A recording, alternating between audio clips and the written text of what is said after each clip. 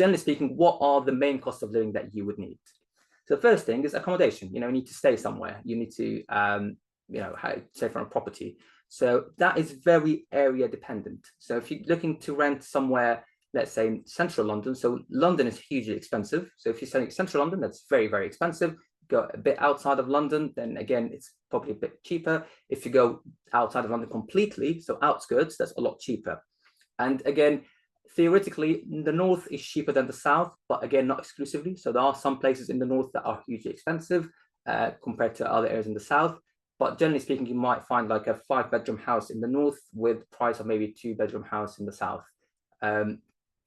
And also depends on the type of the property as well. So you can get anything from studio flat, 1-bedroom flat, 2-bedroom, 3-bedroom, and you've got flats, you've got houses, and then the houses you've got also something called terraced or semi-detached or detached. So again, anything depends on what property you go for.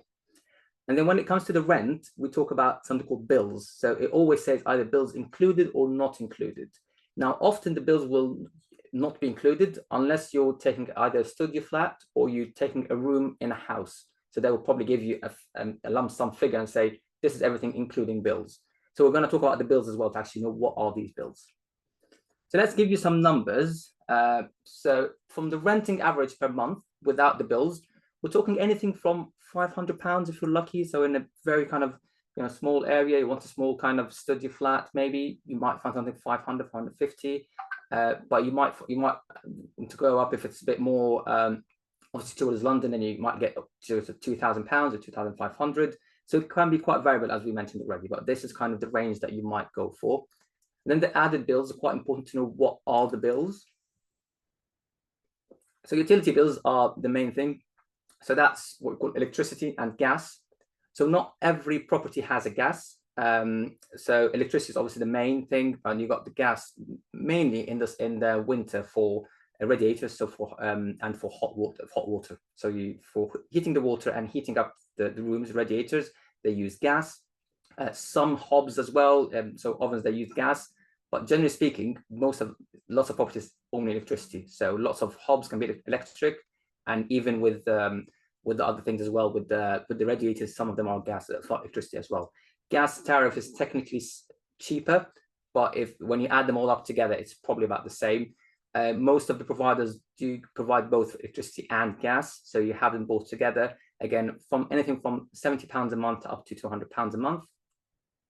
And you've got water and sewage.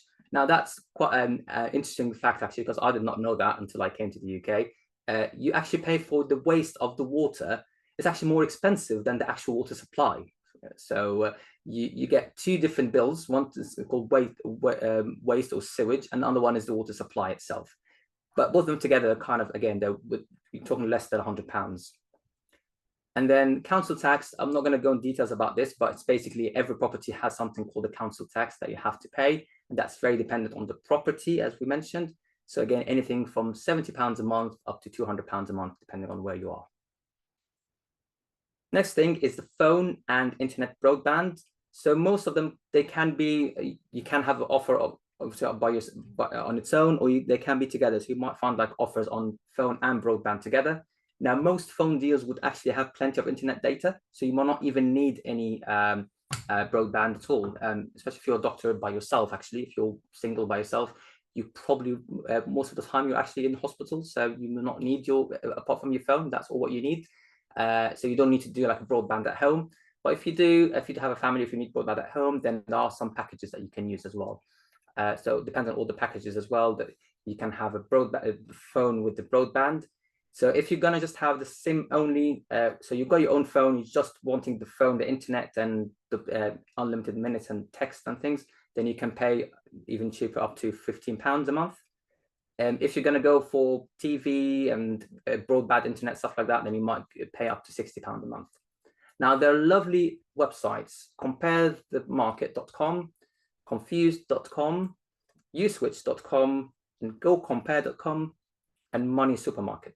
Now, these 5 websites are really handy. They're very good. You just look them up, and when you're here, you just put your postcode in and just tell them. Yeah, they will give you all the deals, the best deals at this time. So that might change throughout. So sometimes you might find I think that NHS wise, they give for Vodafone, Vodafone gives for like NHS discounts.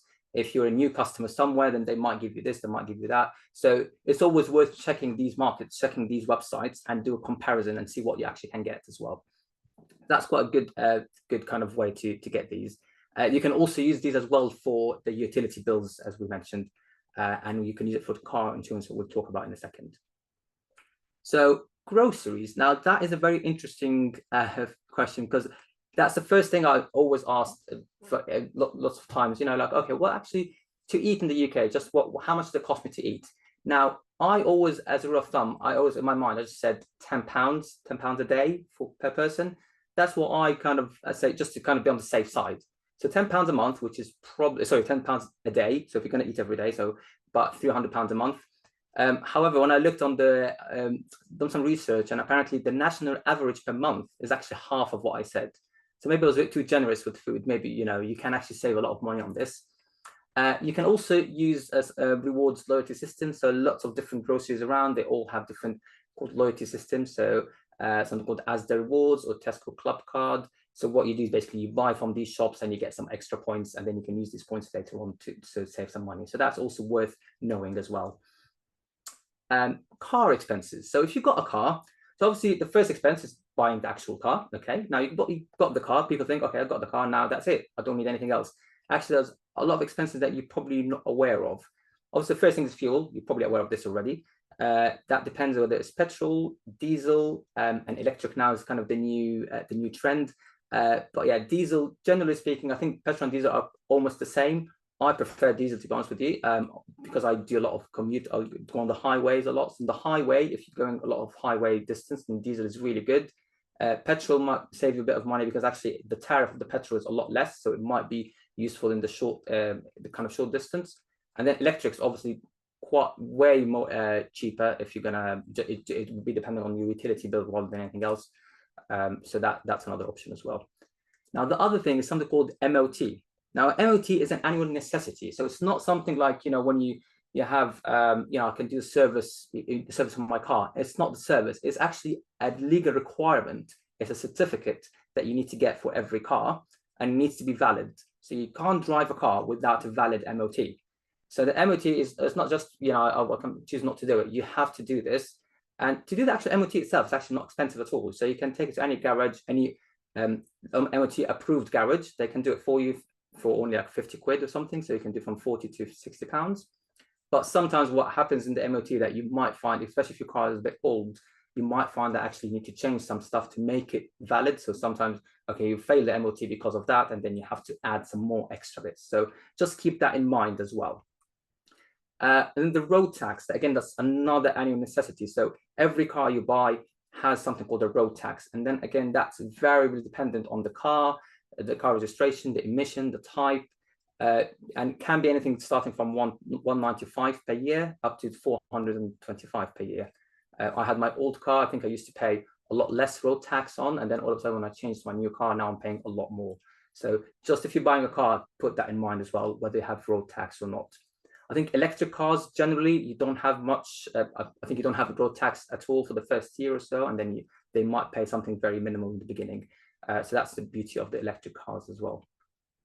Car insurance, again, that's an annual necessity. So again, it's not because I know in some countries you just do car insurance because you know, just want to make sure in case your car is scratched or something. This is not the case. Your insurance is for the driver. So you can't drive the car without having insurance.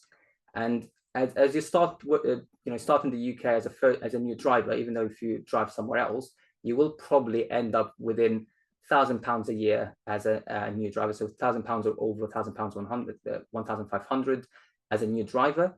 The more years you get in the UK, you get something called no claim bonus. So if you're driving, every year, you're not claiming, you're not having any accidents, you're not having any claims on your insurance, and you haven't got any points on your license either. So you can keep going down. The minimum I've gone to myself personally was £400. So I'm not sure if you can go any further than that, but it's basically that's. But again, you need years and years of driving in the UK to reach that number. And then finally, the cashbacks and discounts. So again, you can use lots of debit cards and credit cards that give you cash back.